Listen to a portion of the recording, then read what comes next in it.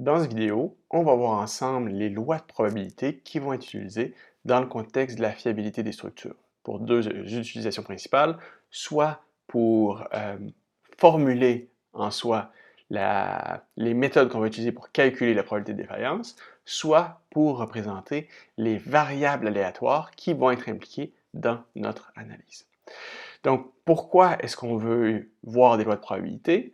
C'est parce que ces lois de probabilité vont servir à décrire des densités de probabilité pour des variables aléatoires continues pour des phénomènes physiques qui sont soit liés à la résistance ou à la sollicitation de quantités liées à nos structures, que ce soit pour les propriétés matériaux, propriétés géométriques ou les quantités liées aux modèles qui décrivent les sollicitations qui agissent sur nos structures. Donc, il y en a une panoplie de lois de probabilité. On va en voir qu'un petit sous-ensemble, notamment la loi normale et log normal, la loi gamma, Gumbel et bêta. Donc, on voit un exemple ici de loi log normale bivariée qu'on va couvrir aujourd'hui. Donc, comme je vous disais aujourd'hui, ce qu'on va voir, c'est la loi normale. On va mettre un emphase spécifique sur la loi normale centrée réduite, qui est un cas spécial qu'on va utiliser dans la formulation des méthodes qu'on va utiliser pour calculer nos probabilités de défaillance, log normal, gamma, Gumbel et bêta. Donc aujourd'hui, dans ce module 1, ce qu'on va voir, c'est le dernier module, loi de probabilité, le dernier module de théorie avant d'attaquer proprement dit la théorie liée à la variabilité des structures. Donc on a déjà vu dans le dernier module 0 une révision de la probabilité, des théories de la probabilité et probabilité des ensembles. Maintenant, on voit un module additionnel où on va décrire les lois de probabilité. Et une fois qu'on aura vu ça, on aura vraiment les outils de base en main de façon à cette fois-ci attaquer la théorie de la fiabilité des structures et des systèmes dans le module 2. Donc, dernier module de théorie de façon à ce qu'on ait tout en main pour attaquer la théorie de la fiabilité. OK, donc on va débuter avec la loi normale. Donc, on va voir la loi normale pour le cas univarié, le cas multivarié, quelles sont les propriétés spécifiques associées à cette loi-là, et on va regarder exemple pour distribution conditionnelle, qui est une des propriétés clés pour la loi normale, et finalement, on va regarder une des propriétés intéressantes, qui est qu'est-ce qui se passe lorsqu'on vient additionner des variables aléatoires normales. OK, donc si on commence avec sa formulation, en termes de notation mathématique, on va dire que x majuscule, je vous rappelle en termes de notation, on fait référence à une variable aléatoire. Si ça avait été minuscule, on fait référence à une réalisation possible de cette variable aléatoire. Donc, la variable aléatoire x suit une distribution, ce tilde ici, qui est normale, qui va être paramétrée par mu, sa moyenne, et sigma, son écart type, sigma carré, sa variance. Donc ici, on va dire que la densité de probabilité pour la variable aléatoire x, telle que les réalisations possibles de x appartiennent à l'ensemble des réels, va suivre cette équation. Donc ici, j'ai la densité de probabilité pour ma variable aléatoire x qui peut être évaluée à différentes valeurs de petit x qui appartient au réel. Okay? Ça veut dire que je peux évaluer cette densité de probabilité à différentes valeurs x qui vont de moins l'infini à plus l'infini. Les paramètres de cette distribution vont être mu et sigma.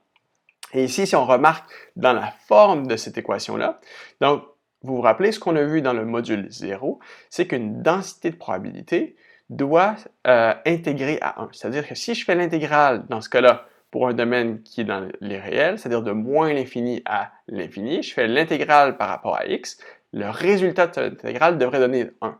Parce qu'on sait que toutes les réalisations possibles de x sont des événements qui sont mutuellement exclusifs, collectivement exhaustifs. Okay? Donc, ça veut dire que si je fais l'union des probabilités, ou si je fais la probabilité de l'union de toutes les valeurs possibles, c'est-à-dire l'intégrale de toutes les valeurs possibles, ça va me donner la probabilité sur l'espace d'échantillonnage qui doit toujours me donner 1. Donc, pourquoi je fais ce détour-là? Pour vous montrer justement quelle est la forme de cette équation.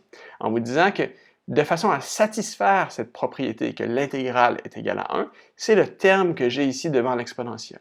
Okay? Ce terme-là, en fait, c'est ma constante de normalisation qui s'assure que l'intégrale pour ma densité de probabilité est égale à 1. Pour ma densité de probabilité cumulative, donc j'ai la même chose. Ce que je vais avoir, c'est que je vais avoir l'intégrale de ce que j'ai ici, de moins l'infini jusqu'à la valeur de x pour laquelle je vais évaluer, Petit f, c'est une densité de probabilité. Grand F, c'est une densité de probabilité cumulative ou une fonction de répartition, ce sont deux synonymes. Donc, si on vient représenter visuellement de quoi est-ce que ça a l'air, j'ai ici ma densité de probabilité, mon PDF, j'ai ici mon CDF. Donc, dans le cas ici, j'ai présenté pour mu égale à 1, sigma est égal à 1. Donc, j'ai ici l'apex de ma cloche qui va être centrée à 1, plus et moins un écart type. J'ai la même chose ici pour mon CDF. Si on vient regarder ici le niveau paramétrique de quoi ça a l'air, donc, j'ai mes mêmes distributions. Donc, ici, ma première barre qui peut glisser va représenter les valeurs moyennes et la deuxième, mon écart type. Donc, qu'est-ce qui va se passer?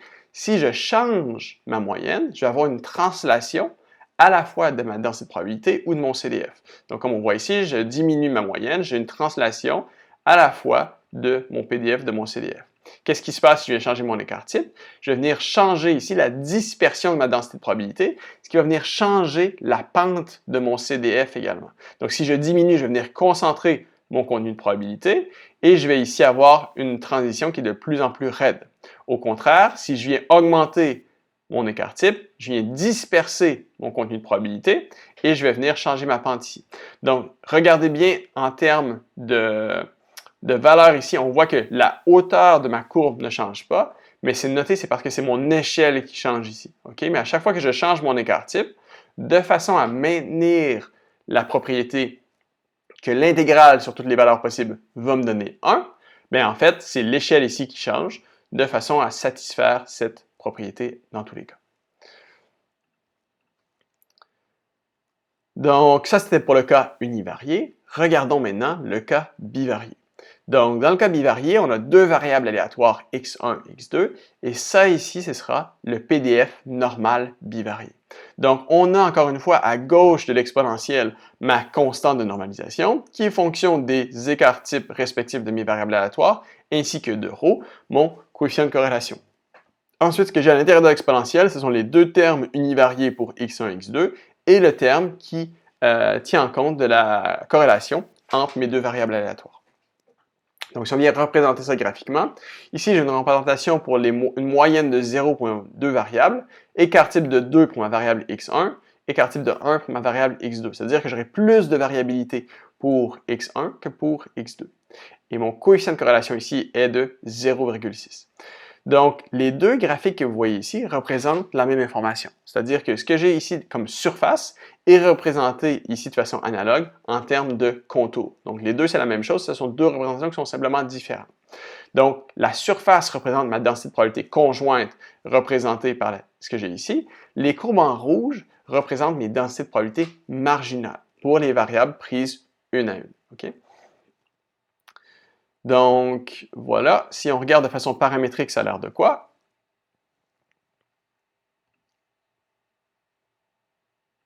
OK, donc j'ai encore une fois 5 barres que je peux glisser pour faire une étude paramétrique. Les deux premières sont les moyennes x1 et moyenne x2, écart type x1 et écart type de x2, et coefficient de corrélation. Donc, ici, ce qui va se passer, c'est que si je diminue la moyenne de x1, j'aurai une translation ici vers les valeurs x1 plus faibles. OK? Donc, on voit ça, même chose pour x2. Donc, on a ma densité de probabilité conjointe, même chose ici, et on a mes marginales sur les plans qui sont verticaux. Ensuite, qu'est-ce qui se passe si je viens modifier moyenne de x2? Mais j'aurai une translation verticale selon x2 de ma densité de probabilité. Donc là, je diminue, je vais venir augmenter. Voilà l'effet de la moyenne. Donc, on modifie la moyenne, on vient créer des translations. Qu'est-ce qui arrive si je modifie l'écart type? Mais modifier l'écart type selon x1, j'aurai une dispersion horizontale de mon contenu de probabilité. Donc, j'augmente, j'ai mon dispersion horizontale. Si je diminue x2, j'aurai une concentration de mon contenu de probabilité selon x2. Qu'est-ce qui se passe ensuite? Là, j'ai un coefficient de corrélation de 0. Si je viens augmenter celui-ci, je vais venir augmenter la probabilité pour l'événement conjoint ou de haute valeur de x1, haute valeur de x2. Et si je viens le diminuer, ça va être le contraire. Je vais augmenter le contenu de probabilité pour des hautes valeurs de x1 conjointement avec des faibles valeurs de x2. Et ça va devenir d'autant plus évident si mes moyennes, plutôt si mes écarts types sont égaux. Okay? On peut voir comme ça ici. Donc, plus je diminue mon coefficient de corrélation, plus mon contenu de probabilité pour des hautes probabilités conjointes, pour des valeurs positive et respectivement négative bien augmentée. Ça, c'est pour un coefficient de corrélation négatif. Coefficient de corrélation positif, mais c'est un haut contenu de probabilité pour des valeurs élevées et élevées. Donc, voilà pour la loi normale bivariée. Donc, si on regarde maintenant pour au lieu du PDF, le CDF normal bivarié, donc comment est-ce qu'on l'obtient? Donc, le CDF, c'est, de façon générique, l'intégrale de la borne inférieure jusqu'à x1, l'intégrale de la borne inférieure jusqu'à x2 de ma densité de probabilité conjointe que j'avais présentée à la diapositive précédente. Donc, je vais intégrer ça par rapport à x et y. Donc, ici, je représente le CDF pour les mêmes paramètres que précédemment. Donc, si on regarde ici, on peut voir la représentation de mon CDF. Donc, j'ai sur le plan ici, au fond, mon CDF marginal pour x1 en rouge, mon CDF marginal pour x2. Si je change la moyenne, je vais faire des translations respectivement selon x1, selon x2.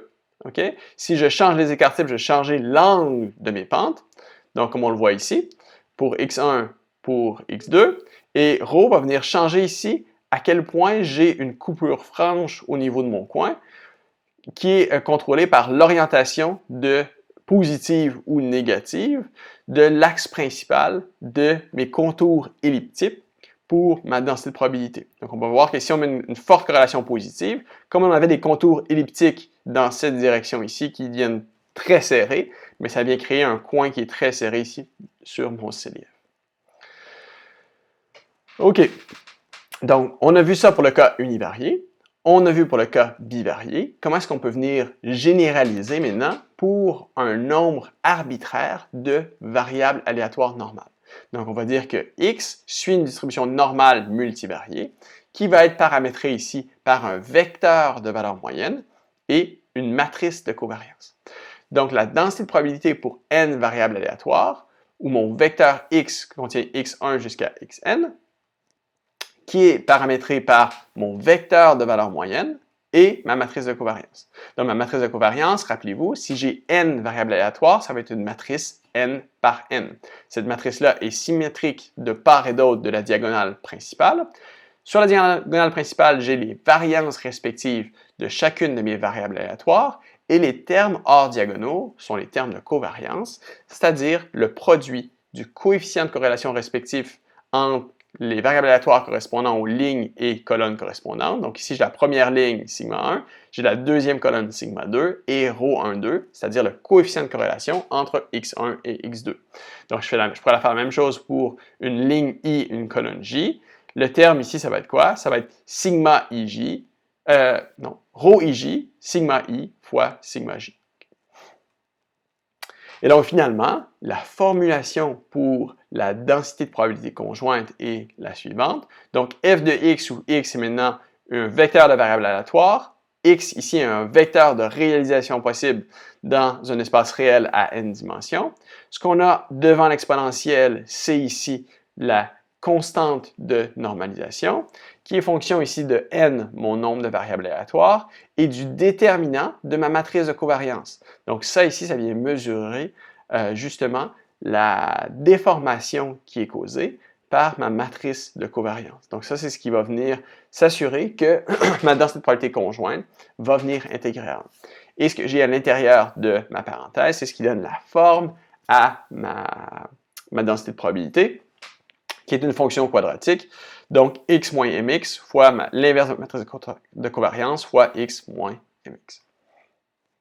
Donc, si on fait un petit rappel de comment est-ce qu'on peut venir décrire ou comment est-ce qu'on peut venir décomposer notre matrice de covariance, donc on a dx qui est ma matrice d'écart type, c'est-à-dire j'ai une matrice, encore une fois, de n par n, mon nombre de variables aléatoires, où j'ai des zéros partout, excepté sur ma diagonale principale, où j'ai les écarts types et non les variances, donc j'ai bien les écarts types de chacune de mes variables aléatoires.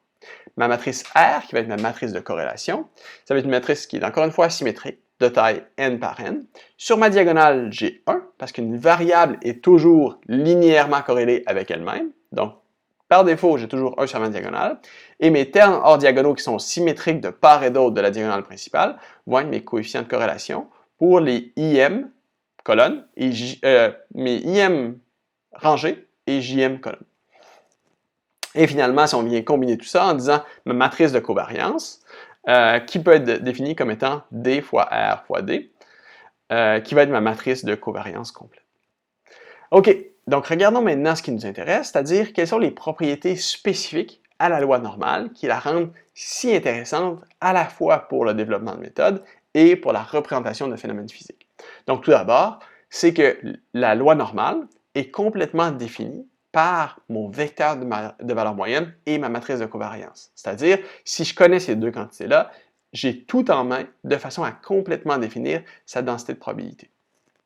Ensuite, si j'ai une densité de probabilité normale multivariée, eh bien, je sais que les distributions marginales sont également normales. Et je vais pouvoir passer justement de la densité de probabilité multivariée à des densités de probabilité univariées de façon triviale. Okay? Parce que en connaissant les moyennes et écarts types, ça me donne déjà toute l'information par rapport aux densités de probabilité marginales.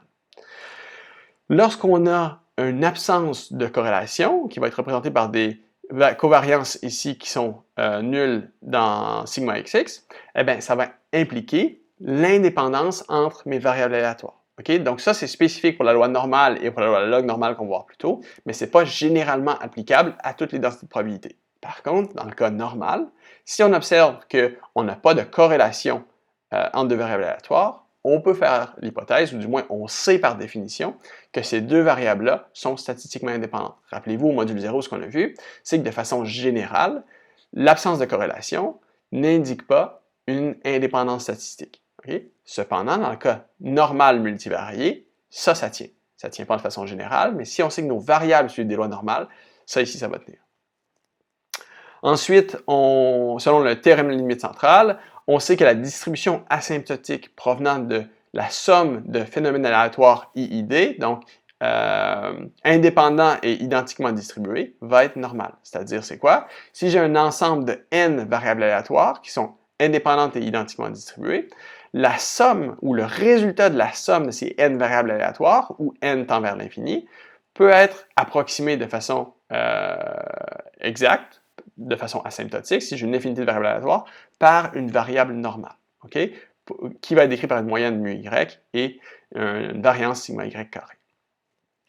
Autre propriété, et ça c'est une propriété clé qu'on a déjà entrevue un peu au module 0, où on a fait la révision de la théorie de la probabilité, c'est que les fonctions linéaires ou les fonctions affines, donc linéaire c'est ax, affine c'est ax plus b, donc les fonctions linéaires ou affines de variables normales sont également normales. Okay? Ça veut dire quoi? C'est si on sait que x est un vecteur de variable normale multivariée et qu'on a une fonction déterministe de type y est égale à ax plus b, où b est un vecteur de constante, a est une matrice de constante, eh bien, comme x est aléatoire, mais y va être aléatoire, et y va également être normal multivarié.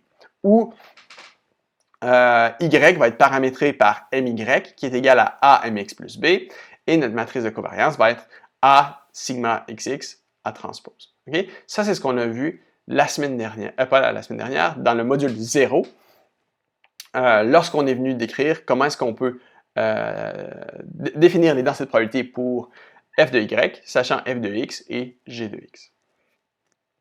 Ensuite, autre propriété, c'est que les distributions conditionnelles sont normales, c'est-à-dire si j'ai mon vecteur de variable aléatoire x qui peut être partitionné en un vecteur x1 et x2, eh bien, je peux venir partitionner également mon vecteur de valeur moyenne qui décrit ces variables aléatoires en m1, m2, deux vecteurs de valeur moyenne respectifs qui correspondent à ces deux x1, x2, et je peux également venir partitionner ma matrice de covariance. Donc ça, c'est ma matrice de covariance sigma globale pour tout mon vecteur x, mais comme je viens de subdiviser en x1, x2, je peux faire 4 partitions de ma matrice de covariance. Donc sigma 1,1, c'est ma matrice de covariance pour x1, sigma 2,2, ma matrice de covariance pour x2, et sigma 1,2, qui est en fait la transposée de sigma 2,1, donc les deux sont symétriques et transposées l'une de l'autre, représentent mes matrices de covariance entre x1 et x2.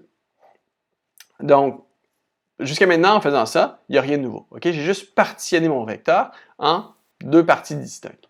Donc, ce qu'on peut faire ici, c'est de dire, si j'observe un de ces deux sous-vecteurs, eh bien, ça va changer ma connaissance pour l'autre vecteur. C'est-à-dire, si ici, j'observe que mes variables aléatoires x2 sont égales à certaines réalisations petit x2, eh bien, ça va venir changer ma distribution ou ma connaissance pour x1.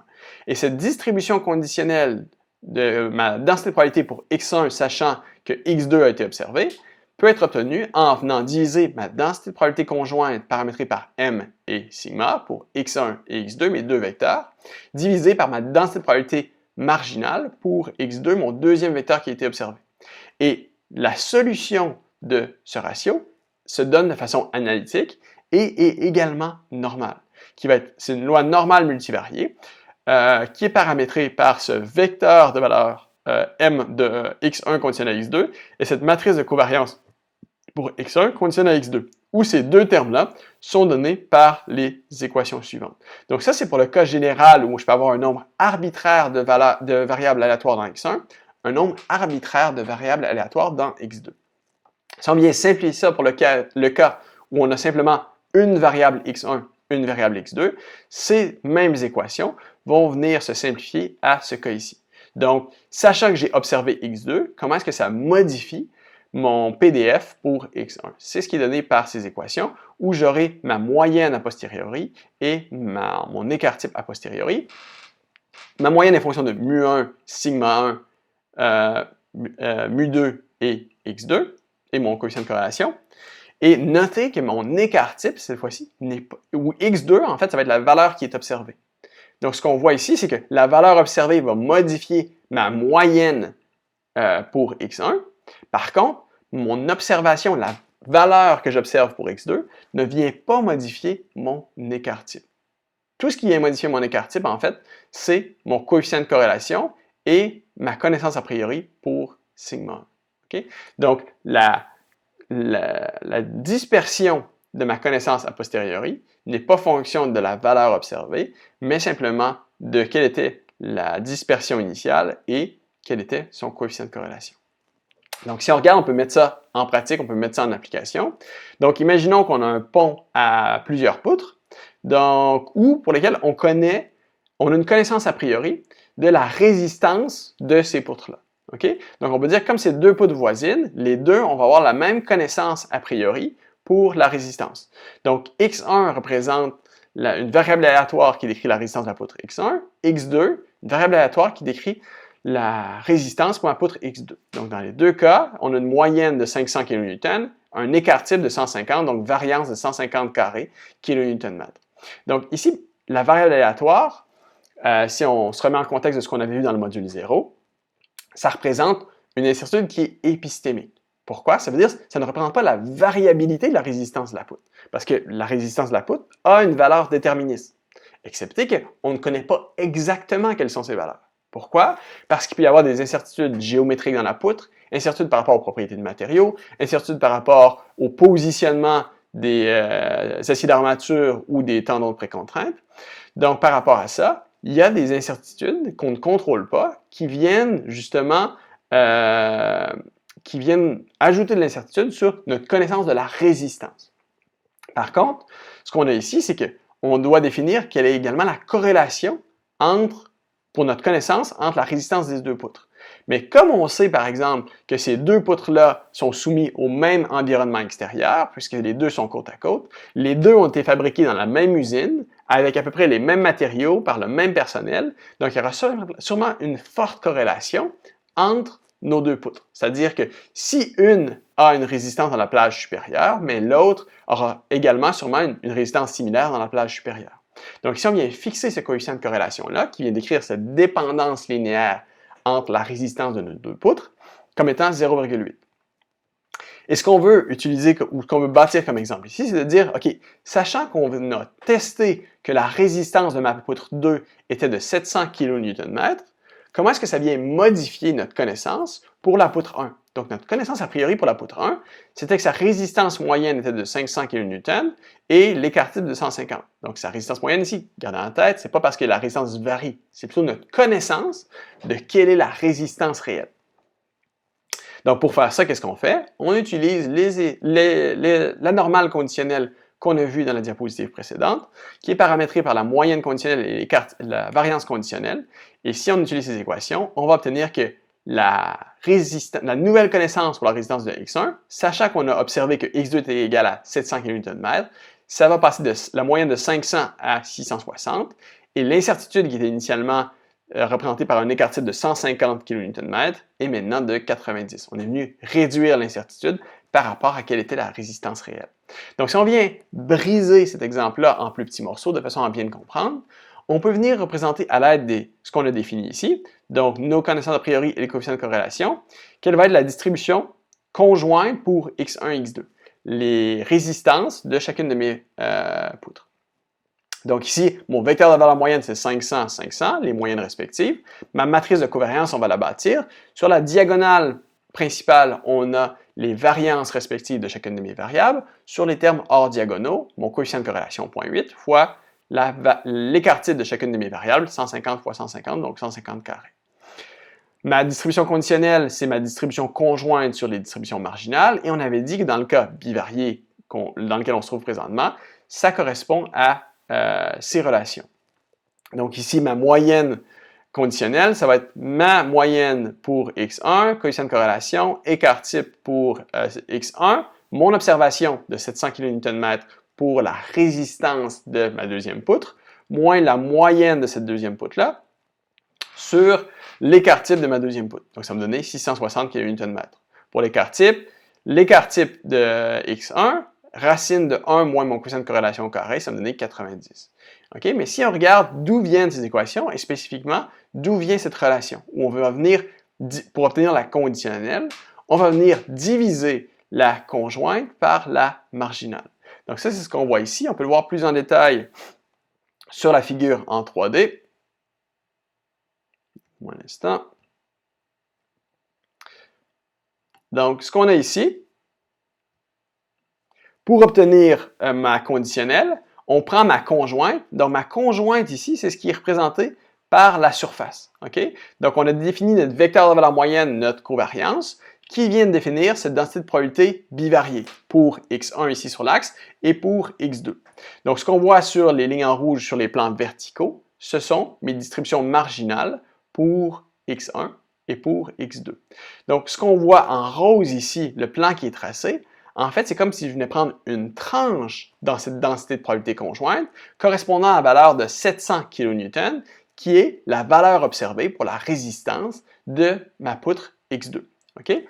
Mais ce qu'il faut voir, par définition, ma densité de probabilité conjointe ici pour x1 et x2 normalise à 1. C'est-à-dire, si je fais l'intégrale sur tout le domaine de moins l'infini à plus l'infini, je vais obtenir le résultat de cette intégrale comme étant 1. Par contre, si je regarde ma tranche que j'ai ici, qui est représentée par ma ligne rose, l'intégrale sur cette tranche-là ne sera pas égale à 0. Okay? Elle ne sera pas égale à 1. Pourquoi? Parce que ma densité de probabilité conjointe normalise à 1, mais pas n'importe quelle tranche arbitraire que je prends.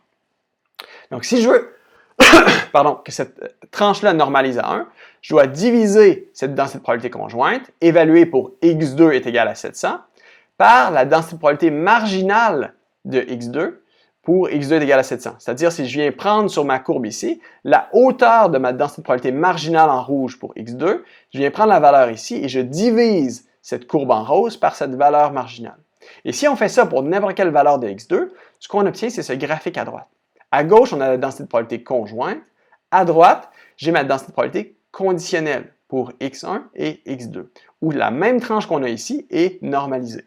Donc, ce qu'on voit ici, c'est en fonction de n'importe quelle valeur x2 qui est observée, quelle est la densité de probabilité résultante pour x1. Donc, dans le cas ici, on voit que la densité de probabilité qui est en rose ici correspond à notre connaissance conditionnelle de x1, sachant qu'on a observé x2 est égal à 700 newtons. Donc, c'est une moyenne de 600 kN et un écart type de 90.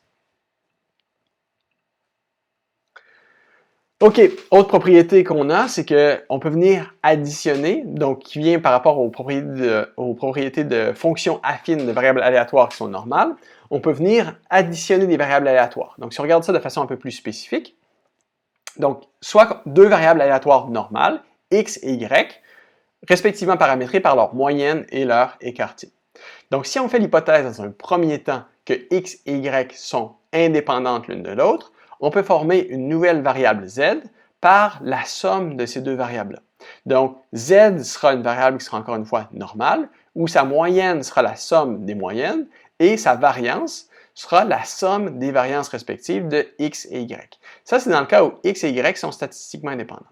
Si on n'a pas cette hypothèse d'indépendance, donc ρ xy n'est pas égal à 0, donc, et on veut faire cette même somme, maintenant, la moyenne reste la même, mais cependant, maintenant, la variance inclut des termes qui sont liés à mon coefficient de corrélation.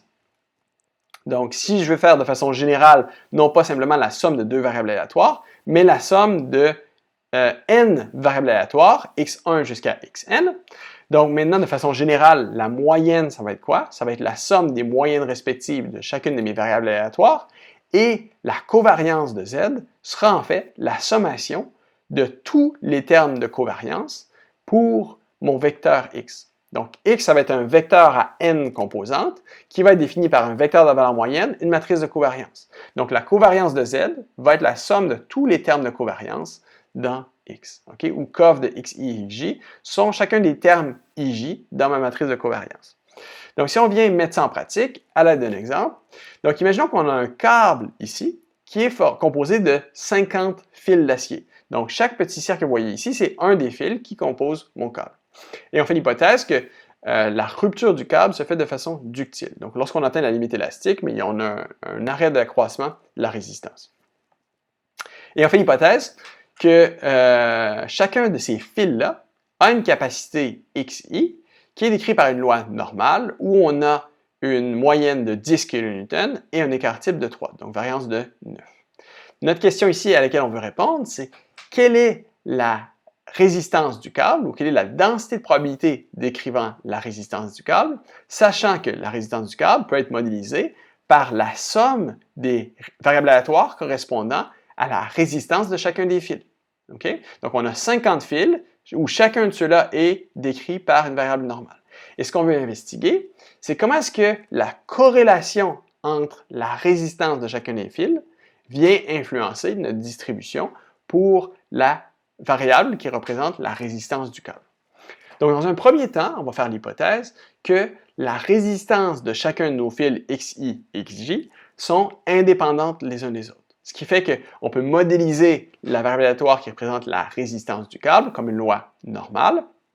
La moyenne, ça va être 50 fois la moyenne respective de chacun de mes fils, donc 50 fois 10. Et la variance, ici, ça va être 50 fois la variance de chacun de mes termes ici de variance respective. Donc, rappelez-vous, si on vient faire la sommation, dans le cas général, ici, ma matrice de covariance pour mes xi, si xi et xj sont indépendants, ça va être une matrice de covariance qui va être de taille 50 par 50, où comme j'ai de l'indépendance statistique, tous les termes hors de ma diagonale principale seront égaux à 0. Donc, si je veux ici venir sommer tous les termes dans ma matrice de covariance, je vais simplement avoir à sommer les 50 termes que j'ai sur ma diagonale principale, qui sont tous égaux à 3 au carré. Donc, je vais avoir 50 termes fois 3 au carré, ce qui va me donner mon écart type pour mon câble, qui va être de 21 kN. Donc, l'écart type pour chacun des fils était de 3, l'écart type pour tout le câble, c'est de 21. Maintenant, qu'est-ce qui se passe si, au lieu de dire que la résistance de mes câbles était indépendante les unes des autres, ceux-ci sont parfaitement dépendants?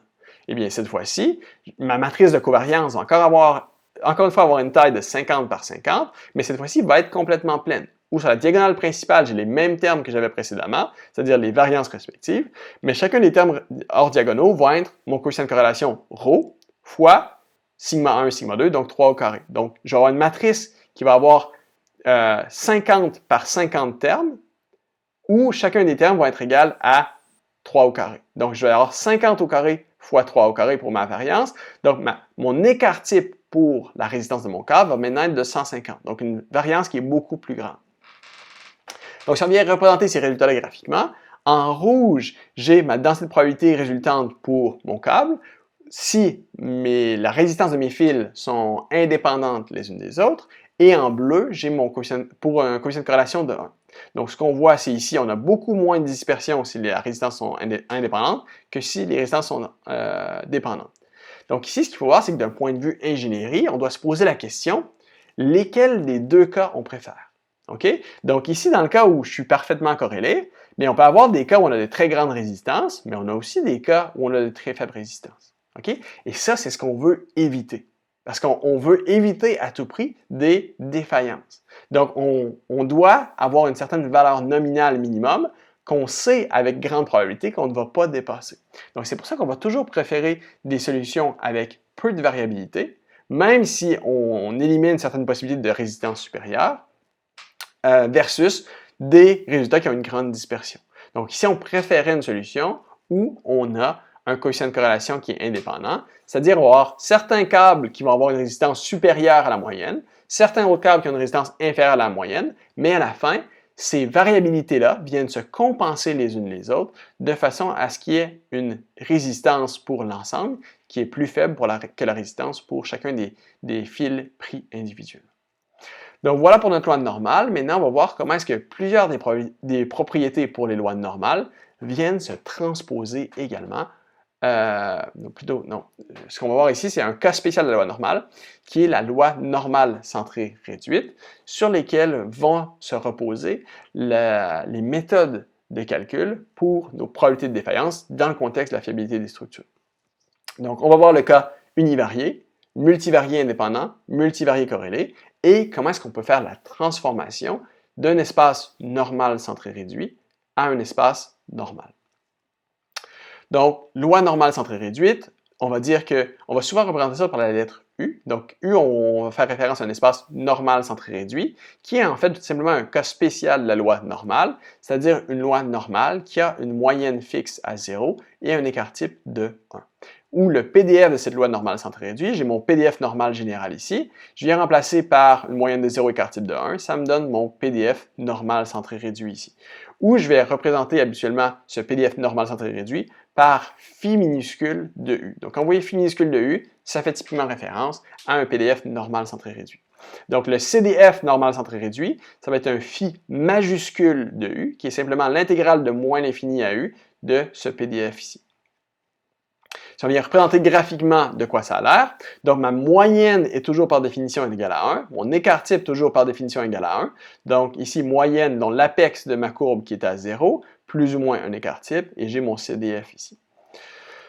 Donc, maintenant si je veux venir généraliser ça, donc ma loi normale centrée réduite, mais pour un cas multivarié, où je vais dire j'ai un vecteur de valeur moyenne 0 et ma matrice de covariance est une matrice identité à n dimensions. Donc, je vais avoir n variables aléatoires normales centrées réduites qui sont toutes indépendantes les unes des autres. Donc ici, je vais représenter ça soit comme ça, soit par un phi avec un indice n qui me dit j'ai combien de dimensions dans cette loi normale centrée réduite. J'ai U qui est le vecteur pour lequel je veux évaluer ce PDF, et j'ai I ici qui va être ma matrice de covariance, qui est ma matrice identité, qui me dit que toutes mes variables aléatoires sont indépendantes les unes des autres. Donc je peux soit indiquer ou ne pas indiquer ma variable I. Si je ne l'indique pas, je fais référence à un PDF conjoint multivarié centré réduit. Et ça ici, c'est équivalent, comme toutes mes variables sont indépendantes, à faire le produit de mes densités de probabilité marginales pour chacune de mes variables. Donc voilà le résultat, si on veut, de point de vue analytique, où ici, j'ai la norme de U, c'est-à-dire la racine de UI au carré jusqu'à UN au carré. Donc les propriétés clés qui vont nous intéresser ici par rapport à la loi normale centrée réduite, premièrement, c'est que les contours de cette densité de probabilité conjointe, donc on peut voir ici les contours qui sont représentés par les cercles, vont être sphériques et centrés à l'origine. C'est-à-dire que tous ces cercles-là qu'on voit ici sont centrés à 0, 0, et ce sont bel et bien des cercles. Donc dans le cas à 2 dimensions, ce sont des cercles, 3 dimensions, ce seront des sphères, plus de 3 dimensions, ce seraient des hypersphères.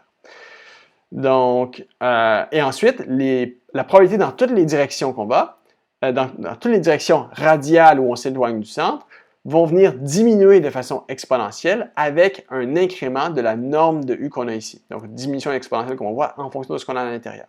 Et donc, ça va nous donner une propriété de symétrie rotationnelle qu'on va pouvoir utiliser dès le module 4 de façon à venir calculer de façon analytique, dès le module 2, je crois, qui va nous permettre de calculer de façon analytique notre probabilité de défaillance en venant transformer nos variables aléatoires dans l'espace normal centré réduit. Je ne vais pas plus en détail maintenant, mais on va voir ça au cours des prochains modules. Autre cas pour la loi normale centrée réduite, on peut avoir le cas indépendant qu'on a vu précédemment, on peut avoir maintenant le cas corrélé. Okay? C'est-à-dire on a un vecteur de variable aléatoire U qui a toujours une moyenne de 0, mais au lieu d'avoir une matrice de covariance qui est identité, qui représente le cas indépendant, on a maintenant une matrice de corrélation à la place de matrice de covariance. C'est-à-dire les variances marginales vont toujours être égales à 1, cependant il y aura de la corrélation entre mes variables aléatoires. Donc ça représente la densité de probabilité conjointe pour ce PDF normal centré réduit corrélé, où U, ça va être mon vecteur de réalisation pour mes variables aléatoires possibles. R, ça va être ma matrice de corrélation.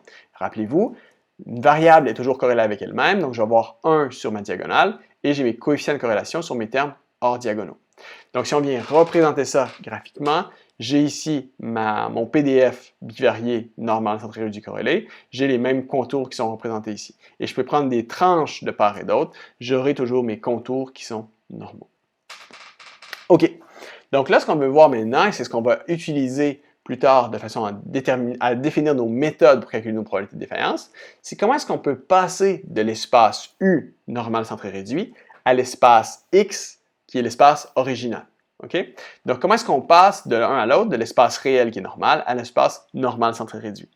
Donc, un premier cas où on a une seule variable. Okay? On veut passer de X à U, et pour faire ça, on va venir définir l'égalité des densités de probabilité cumulatives. Okay? C'est-à-dire, on va dire que f de x, mon CDF pour x dans l'espace réel original, est égal à phi majuscule de u, mon CDF dans l'espace normal centré réduit. Donc, si on vient analytiquement mettre ces deux quantités égales en développant les formulations analytiques pour les CDF, on va trouver la relation suivante, que ma relation entre U et X, c'est simplement U égale à X moins sa moyenne divisé par l'écart type. Donc, en venant centrer et normaliser X, on tombe dans notre espace normal centré réduit. C'est assez trivial. Donc, qu'est-ce qui arrive maintenant si on a deux variables? Mais c'est la même procédure. On va venir égaler les CDF. Okay? Donc, j'ai mon CDF bivarié dans l'espace original, mon CDF bivarié normal centré réduit corrélé. Donc, si je viens généraliser ça pour le cas à n variables, je viens mettre l'égalité entre mes CDF et ma relation entre mon vecteur U et mon vecteur X est donnée par l'équation ici, où j'ai L inverse, où L, c'est la décomposition de Cholesky de ma matrice de corrélation, fois D, ma matrice d'écart type pour mon vecteur X, X qui sont les valeurs possibles de X que je veux transférer, moins MX à moyenne. Et ce qu'il faut tenir en compte ici, c'est que cette relation-là, de la même façon que ce qu'on avait ici, c'est une relation qui est linéaire, une fonction qui est affine. Si on vient regarder plus en détail qu'est-ce qu'on fait lorsqu'on vient faire l'égalité de ces deux CDF, on a ici en haut à gauche un graphique représentant ma loi normale centrée réduite, donc qui est fixe, c'est-à-dire moyenne de 0, écart type de 1. Et ensuite, j'ai une variable aléatoire x quelconque qui a une certaine moyenne et un certain écart type. Donc ici, moyenne de 3, écart type de 0,5. Et ce que je veux savoir, c'est quelle est la relation entre une valeur spécifique de U dans mon espace normal centré réduit et une certaine valeur de X dans mon espace original, ou vice-versa. Donc, pour faire ça, ce qu'on a dit qu'on faisait, c'est qu'on vient maintenir ou on vient imposer l'égalité de nos deux CDF, nos deux densités de probabilité cumulative, qu'on voit sur les figures en deuxième rangée. À gauche pour le PDF normal centré réduit, le CDF normal centré réduit, à droite pour le CDF dans l'espace original. Donc, on dit, je veux savoir pour une valeur, donc par exemple, si je prends dans l'espace U 0,74, je regarde quelle est la valeur correspondante dans le CDF, c'est 0,77. Je vais prendre la même valeur de 0,77 pour mon CDF dans l'espace original. Et je regarde quelle est la valeur X correspondante, ici c'est 3,4. Okay? Donc ça me donne la correspondance entre une valeur dans l'espace U et une valeur dans l'espace X. Donc si on vient représenter ça sur les mêmes informations sur un graphique en 3 dimensions, sur le plan vertical, j'ai mon CDF pour U. Sur le plan vertical à droite, j'ai mon CDF pour X. Et ce qu'on dit, c'est que pour une certaine valeur de U, donc qui était ici de 0,74, je vais chercher ma valeur sur mon CDF. 0,77, je vais reporter cette même valeur sur mon CDF dans l'espace original. Je regarde ça correspond à quelle valeur dans l'espace X, 3,4. Okay? Et je peux faire ça pour n'importe quelle valeur de U ou de X. Et ce que ça forme, c'est cette ligne en noir ici, qui est en fait mon équation. Cette équation-là, pour le cas en 2 dimensions, c'est U est égal à X moins mu X sur sigma X. C'est cette transformation linéaire, qui se généralise également par une autre transformation linéaire en un plus grand nombre de dimensions également. Donc voilà pour la loi normale centrale-relative qu'on va réutiliser à profusion dans les prochains modules, de façon à venir définir nos méthodes de calcul pour les probabilités de défaillance. Ensuite, dans cette probabilité, on va regarder la loi log normale, on va regarder le cas univarié, le cas multivarié, et ensuite, quelles sont les propriétés spécifiques à cette loi-là. Donc, on va dire qu'une variable aléatoire x suit une distribution log normale si le log de x suit une distribution normale. Okay? Cette loi log normale va être paramétrée par les valeurs moyennes et les variances qui sont définies dans l'espace logarithmique où la distribution est normale. C'est-à-dire, on va venir paramétrer la loi log normale par la moyenne et l'écart type définis dans l'espace log où on sait que la loi est décrite par une normale.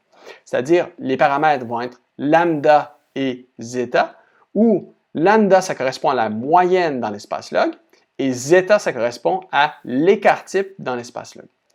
Donc, on va dire mu x, c'est la moyenne de x dans l'espace original. Lambda, ça va être la moyenne du log de x. On peut représenter ça de façon équivalente comme mu de ln de x. Sigma x carré, ça va être la variance de x dans l'espace original. Zeta carré, ça va être la variance dans l'espace log, qu'on peut représenter également comme sigma de log de x au carré.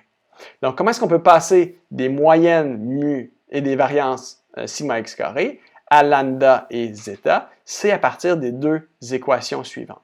Et ce qu'il faut garder en tête, c'est que delta, ici, ça va être notre coefficient de variation, c'est-à-dire le ratio entre l'écart type et la moyenne, où zeta est à peu près égal à delta x, donc notre variance, notre écart type dans l'espace log va être à peu près égal à notre coefficient de variation si celui-ci est plus petit que 0.3.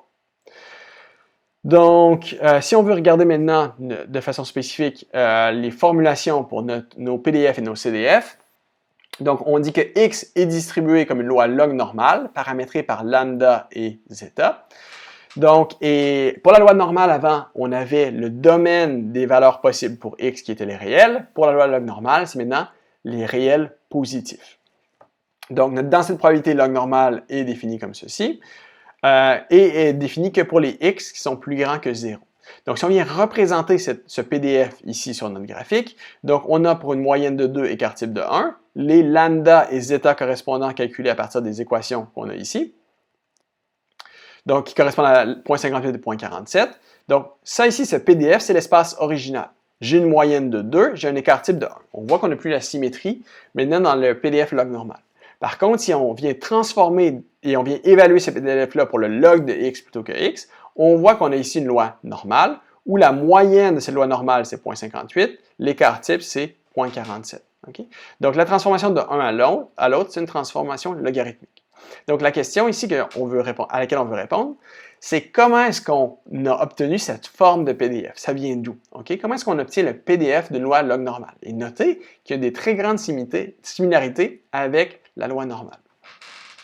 Donc, pour faire ça, on va utiliser ce qu'on a vu dans le module 0, c'est-à-dire la loi de changement de variable pour passer d'un espace à un autre. Donc, ici, on va dire que x, c'est mon espace original pour mon PDF log normal, c'est-à-dire que x est défini dans les réels positifs. Ensuite, j'ai un nouvel espace x' qui est ma transformation dans l'espace log, c'est-à-dire x' est défini dans l'espace réel. Donc, mon PDF ici va être log normal, mon PDF ici va être normal. Donc, je connais dans mon espace x' où mon PDF est normal, la densité de probabilité. C'est une loi normale paramétrée par lambda et zeta carré. Donc, je peux dire, comme on a vu au module 0, à l'aide de ma loi de changement de variable, qu'afin de maintenir mon contenu de probabilité, mon f de x' dx' doit être égal à f de x dx. Donc, ça ici, ça va être log normal. Ça ici, je connais, c'est normal. Donc, ce que je vais obtenir, c'est le PDF f de x. Donc, pour faire ça, je vais envoyer mon dx de l'autre côté. Je mets en valeur absolue. Je connais cette forme analytique, il ne me reste plus qu'à trouver quel est ce dx' dx. Donc, dx' dx, c'est la dérivée de ce que j'ai ici. La dérivée de log de x par rapport à x, ça va me donner simplement 1 sur x. Donc, si je veux obtenir cette formulation analytique pour f de x, qui est mon PDF log normal, ça va être 1 sur x fois le PDF normal évalué pour le log de x, c'est-à-dire, c'est ma formulation suivante. Donc, ça, c'est le PDF qu'on avait vu précédemment pour ma loi log normal, qui est obtenue par une transformation logarithmique d'un domaine à l'autre pour un PDF normal. OK. Donc, si je viens généraliser à mon cas multivarié, on va dire que mes variables de x1 jusqu'à xn sont conjointement log normal si du log de chacune de ces variables-là sont conjointement normales. Donc, encore une fois, les lois log normal multivarié sont paramétrées par les moyennes et les variances dans l'espace logarithmique, ainsi que les coefficients de corrélation dans ce même espace transformé, donc dans l'espace log normal, où ma relation entre mon coefficient de corrélation dans l'espace original et mon espace log normal sont définies par cette relation, fonction de zeta i, zeta j, delta xi, delta j, mes coefficients de variation, et rho xj, mon coefficient de corrélation dans l'espace original. Et vous pouvez noter que mon coefficient de corrélation dans l'espace log normal et mon coefficient de corrélation dans l'espace original vont être à peu près égaux l'un à l'autre pour des coefficients de variation qui sont beaucoup plus petits que 0.3. Donc, si on regarde la formulation analytique pour ma loi log normal bivarié, donc on a ici ce PDF bivarié. À gauche de l'exponentielle, c'est ma constante de normalisation, où c'est équivalent à la loi normale, excepté que j'ai au dénominateur x1, x2. J'ai mon premier terme à l'intérieur de l'exponentielle qui est fonction de x1, deuxième terme en fonction de x2 et mon terme de corrélation. C'est encore une fois très très similaire à la loi normale. Cette fois-ci, je suis défini pour x1, x2 qui sont positifs et mon sigma ln ici, en fait, c'est mon sigma dans l'espace log normal. Si je viens représenter graphiquement pour mu x1, mu x2 égale à 1, sigma x1, sigma x2, 0.5 et un coefficient de corrélation de 0.6, voilà les moyennes et écarts types dans l'espace original représenté ici. Ça, c'est la distribution conjointe, ça, c'est les distributions marginales et ça va être paramétré par les valeurs lambda i, zeta i et rho dans l'espace log normal. Donc, la surface et les contours que vous voyez ici, c'est exactement la même chose. Donc, ce qu'on va voir ensemble, c'est que toutes les propriétés de la loi normale vont être passées à la loi log normale, puisque ces deux-là ne sont qu'une transformation l'une par rapport à l'autre. Donc, on peut dire que, comme c'était le cas pour la loi normale, la loi log normale va être complètement définie par mon vecteur de valeur moyenne et ma matrice de covariance. Encore une fois, les distributions marginales sont log normal. Les distributions conditionnelles sont log normal également. L'absence de corrélation implique l'indépendance, comme c'était le cas pour la loi normale. Avant, pour la loi normale, on avait que la somme de variables aléatoires normales va conduire à un résultat qui est normal. Dans le cas de la loi log normale, dû à la propriété de la transformation logarithmique, c'est maintenant le produit de variables aléatoires log normal qui conduit à un résultat qui, lui, va être log normal. Donc, si par exemple, ici, j'ai deux variables x et y qui sont respectivement log normal, j'ai une autre variable z qui résulte du produit de x et y qui va être, encore une fois, exactement log normal, paramétré par lambda z et zeta z. Ou, si mes deux variables sont statistiquement indépendantes, ben, je vais avoir lambda z qui est la somme des moyennes dans l'espace log et la variance qui va être la somme des variances dans l'espace log également. Ensuite, le théorème limite centrale s'applique encore une fois ici, mais plutôt que s'appliquer pour la somme va s'appliquer pour les produits, c'est-à-dire la distribution asymptotique provenant de la multiplication de plusieurs phénomènes aléatoires qui sont indépendants et identiquement distribués, va être log normal. Donc, si j'ai une infinité de termes multipliés, c'est-à-dire si j'ai xi, une variable aléatoire, et j'ai n variables aléatoires qui sont indépendantes et identiquement distribuées, le résultat de ce produit de variables aléatoires, y, va être log normal. Et ça va être exact asymptotiquement, c'est-à-dire pour un nombre de variables multipliées qui tend vers l'infini. Donc, on a vu en beaucoup plus de détails la loi normale et log normal, parce qu'on va venir utiliser ces lois-là de façon à bâtir nos formulations pour le calcul des probabilités de défaillance. Donc là, on va voir des lois de façon beaucoup plus sommaire, parce que ces lois-là ne vont pas nécessairement être utilisées pour bâtir les méthodes, mais plutôt simplement être utilisées de façon à décrire des phénomènes physiques, donc nos variables aléatoires. Donc, on commence avec la loi gamma. Donc, la loi gamma est paramétrée par k et θ. Donc, la densité de probabilité pour cette loi gamma va être définie pour les réels positifs, soit de 0 à l'infini. Voilà ma densité de probabilité, sa formulation analytique et sa représentation Donc, gamma majuscule, ça va être ma fonction gamma. Gamma minuscule, ça va être ma fonction gamma incomplète. Et j'ai comme, ça c'est la formulation pour le PDF, formulation pour le CDF, et où on peut passer des moyennes et variances à mes paramètres K et θ ici par ces équations. Donc si on veut passer de un à l'autre, on voit qu'on doit résoudre ici un système de deux équations, deux inconnus. Donc l'application de cette loi gamma, c'est par exemple pour représenter la somme de variables aléatoires exponentielles, ce qui vient dans le cas des structures, comme par exemple l'accumulation d'endommagement par fatigue. Deuxième loi qu'on va voir, c'est la loi Gumbel. Donc ici, on a une représentation de la densité de probabilité qui est définie dans l'espace réel, donc comme la loi normale, mais qui est encore une fois pas symétrique. On a la formulation pour le PDF, le CDF, où mes paramètres sont mu et bêta. Où ici, la relation entre la moyenne et l'écart type, donc on a mu x qui est la moyenne de x, et mu qui est le paramètre de ma loi Gumbel. Donc ici, pour passer de la moyenne et la variance de ma variable aléatoire x au paramètre de la distribution, donc on peut passer à travers ces deux équations, où gamma ici c'est une constante de l'ordre de 0.57721. Et l'application de cette loi Gumbel, c'est de façon à venir modéliser les valeurs maximales sur un espace de temps. Par exemple, quelle va être la crue la plus élevée sur 100 ans. Okay? De façon à trouver ce type de valeur ou de modéliser ce type de valeur maximale. Finalement, la dernière loi qu'on peut voir ensemble, ça va être la loi bêta, qui celle-ci va être définie pour les x qui vont de 0 à 1. Donc, bêta va être paramétrisée, ma loi bêta va être paramétrisée par alpha et bêta, les deux paramètres, qui vont être donnés par cette formulation-là, où alpha est un paramètre qui est strictement plus grand que 0, bêta également.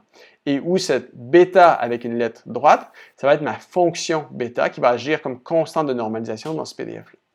Donc, on va voir pourquoi est-ce qu'on voudrait utiliser cette loi bêta. Et elle va être particulièrement utile pour modéliser des événements A et son complément, c'est-à-dire des événements qui sont mutuellement exclusifs, collectivement exhaustifs. Donc ça, c'est mon espace d'échantillonnage. Et ce que je veux faire, c'est utiliser cette loi bêta de façon à caractériser la probabilité de cet événement A par X et modéliser son complément par 1 moins X. Et donc, si on fait ça, on peut voir des visualisations de différentes réalisations de ce PDF-là pour des valeurs de A et B, alpha et bêta qui sont 1 et 1, on a quelque chose d'uniforme. 3 et 3, qu'on a quelque chose ici qui a l'air d'une sorte de cloche, mais qui est toujours limité entre 0 et 1, ou alpha égale à 3, bêta égale à 0,5. Et ici, il y a une interprétation physique qui est très intéressante des paramètres, c'est-à-dire on peut considérer alpha et bêta comme étant le nombre de cas observés pour mon événement A, et bêta, le nombre de cas observés pour son complément. Okay? On va venir mettre ça en pratique pour vraiment illustrer ça de façon plus claire. Donc, imaginons-nous que notre espace d'échantillonnage pour ce qu'on veut nos événements, ça va être head ou tail. Okay? On a une punaise comme celle-ci, donc une punaise comme je peux vous montrer ici, et on veut savoir quelle est la probabilité que si on lance cette punaise-là, elle va atterrir sur tail, sur head, ou elle va atterrir à l'horizontale sur tail. Okay? Et ce qu'on veut faire, c'est qu'on peut utiliser la loi bêta de façon à venir caractériser de façon probabiliste la probabilité de head ou tail. Donc ici, on va choisir la probabilité de l'événement head. Ça va être x, notre variable aléatoire bêta. Okay? Et au fur et à mesure où je vais faire des lancers de ma punaise, on va venir mettre à jour notre connaissance de la probabilité que si je lance ma punaise, elle va atterrir soit sur head, soit sur tail. Donc ça, c'est ce qu'on va voir ici. OK, donc ce qu'on a sur ce graphique-là, on regarde pour l'instant le graphique à gauche. Donc ce qu'on a à gauche, c'est un graphique qui représente ma loi bêta. Donc pour l'instant, c'est ma connaissance a priori. J'ai un paramètre alpha égale à 1, bêta égale à 1. C'est une loi qui est uniforme dans l'intervalle 0 à 1. Pour l'instant, j'ai aucune observation. Ça représente ma connaissance a priori de quelle va être la probabilité que si je lance cette punaise-là, elle va atterrir sur tail ou elle va atterrir sur head. Donc, ce que je vais faire, c'est que je vais faire plusieurs lancers. Et on va voir comment, en ajoutant de façon incrémentale des valeurs plus 1, soit alpha, soit bêta. Donc, alpha, ça représente ici ma probabilité que ma punaise atterrisse sur head. Bien, on va venir mettre à jour notre connaissance. Donc, par exemple, je fais un premier lancer. J'atterris sur head. Je viens ajouter plus 1 à mon paramètre alpha. Je fais un deuxième lancer. tail. J'ajoute plus 1 à mon paramètre bêta. Tail, head, tail, head, tail, tail, head, tail. Donc, vous voyez, je viens de faire 10 lancers. Et ça ici, ce qu'on voit, c'est la densité de probabilité bêta, qui est caractérisée par un alpha est égal à 4 et un bêta est égal à 6. OK? Ce qui correspond à la densité de probabilité pour la probabilité elle-même, donc qui est dans le range 0 à 1, qui caractérise la probabilité que ma punaise, lorsque lancée, tombe sur elle. Et ce que vous voyez comme bande en rose ici, c'est l'intervalle de confiance à 95%, qui contient 95% de mon contenu de probabilité, qui est représenté ici sur le graphe à droite en fonction du nombre d'observations. Et plus je vais faire de lancers, plus cette densité de probabilité va venir qu'à se concentrer jusqu'à complètement s'écraser sur une seule valeur. Donc si par exemple, imaginons que j'avais fait, disons, 1200 lancers qui correspond à head, et j'avais obtenu 822 lancers pour tail. Donc, je donne des chiffres fictifs ici, mais on peut voir que voilà la distribution résultante pour alpha est égal à 1200, bêta égal à 822. Donc, on peut utiliser cette loi bêta de façon à décrire l'incertitude épistémique qui est résultante de réalisation de phénomènes qu'on veut décrire de manière probabiliste. Donc, voilà pour l'application de cette loi bêta. Donc, si on fait un survol de ce qu'on a vu ensemble aujourd'hui, donc on a vu en détail la loi normale univariée. On l'a vu le plus en détail parce qu'on va vraiment se reposer là-dessus de façon à venir formuler nos méthodes pour calculer la probabilité de la défaillance pour les structures. Donc, cette loi normale est paramétrée par mu et sigma et définie pour l'espace normal. Donc, on peut dire que si x et y sont définis comme normales, la sommation de variables aléatoires normales va également être normale, paramétrée par mu z sigma z. Et ça, c'est généralisable également à toute fonction affine de variables aléatoires. Donc, toute fonction ax plus b, où x est un vecteur de variables aléatoires, a est une matrice de constante, b est un vecteur de constante, mais le résultat de cette fonction affine ax plus b va encore une fois être normal. Donc, la loi normale multivariée est paramétrée par son vecteur de valeur moyenne, sa matrice de covariance. La loi normale conditionnelle et analytique va être définie par le vecteur de moyenne conditionnelle, la matrice de covariance conditionnelle. On a vu les propriétés de la loi normale centrée réduite. La propriété clé qu'on a ici, c'est la propriété de symétrie relationnelle qu'on va venir utiliser de façon à calculer nos probabilités de défaillance dans des espaces à grande dimension. On va venir revoir ça dans les prochains modules. On a vu la loi le log normal univarié qui est défini dans l'espace réel positif, paramétré par les moyennes et les écarts-types dans l'espace log normal. Donc, si x et y sont définis par des lois log normales, eh bien, le produit de ces variables aléatoires-là va également être normal. Ensuite, on a vu 3 lois de distribution qui vont être utilisées pour modéliser des phénomènes physiques, soit la loi gamma définie dans les réels positifs, Gumbel définie dans les nombres réels, et finalement la loi bêta qui est définie dans l'intervalle 0 et 1. Donc, voilà pour le survol de ce qu'on a vu comme loi de probabilité. Lorsque, en pratique, vous allez vouloir déterminer pour une certaine quantité liée aux structures, quel va être le bon modèle probabiliste, quelles vont être les valeurs pratiques à utiliser pour les paramètres, mais vous pouvez vous référer à ce Joint Committee for Structural Safety. Il y a un code probabiliste qui a été développé, qui est disponible en ligne. Vous pouvez cliquer sur le lien. Donc, où vous voyez tous les modèles pour les chargements environnementaux ou les chargements, par exemple, de trafic ou les chargements d'utilisation, et également code probabiliste pour tous les modèles de résistance pour le béton, l'acier, les sols, etc. Donc, je vous invite à vous référer à ce guide-là lorsque ce sera temps de venir définir pour votre application particulière quelle densité de probabilité je devrais utiliser et quels sont les paramètres usuels de façon à définir justement la variabilité pour chacun des paramètres de mon analyse. Donc ici, avant de conclure, on va regarder ici les 4 lois de distribution qu'on a vues donc soit normal, log normal, gamma et Gumbel, sont représentés pour une même valeur moyenne et un même écart type. Donc, on voit tous les graphiques ici. Donc, la question que je vous pose, c'est est-ce qu'à la maison, vous êtes en mesure de me dire lesquels de ces PDF et lesquels de ces lois normales? OK? Ou de lesquels de ces lois? Donc, a priori, ici, c'est un peu une question piège, parce que vous n'êtes pas en mesure de me dire lesquels et lesquels. Mis à part la loi normale, qu'on peut dire que c'est la mauve ici, parce que c'est la seule qui est symétrique, toutes les autres, je suis incapable de distinguer lesquels et laquelle. Donc ici, si on donne les références, donc la mauve, c'est bel et bien la normale parce qu'elle est symétrique, mais les autres, je n'aurais pas pu dire lesquels correspondent à quelle loi.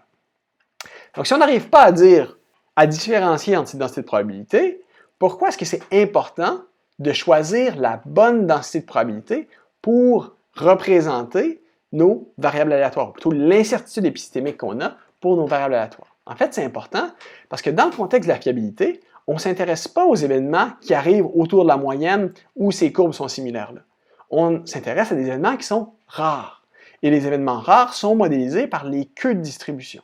Donc, si on regarde de façon plus rapprochée dans ces queues de distribution, pour la partie qu'on a ici, on voit qu'on a un très grand écart entre les distributions. Et notamment, la loi normale, c'est celle qui a le moins de contenu de probabilité dans les queues de distribution. Donc, si on met des lois normales partout, mais c'est fort possible qu'on vienne sous-estimer le contenu de probabilité pour les événements qui arrivent dans les queues de distribution. Si on regarde dans la partie qui dépasse ici 8, donc pour x égale à 10 à 15, on voit que l'écart se creuse encore davantage. Donc, très, très important quand on va essayer dans le contexte de la fiabilité des structures de modéliser et de quantifier des probabilités de différence qui sont petites, de choisir des densités de probabilité qui correspondent bien au phénomène qu'on essaie de modéliser. Et donc, c'est pour ça que je vous invite à regarder le code probabiliste qui est disponible sur le site du JCSS, de façon à vraiment bien choisir des densités de probabilité qui correspondent au phénomène que vous voulez modéliser.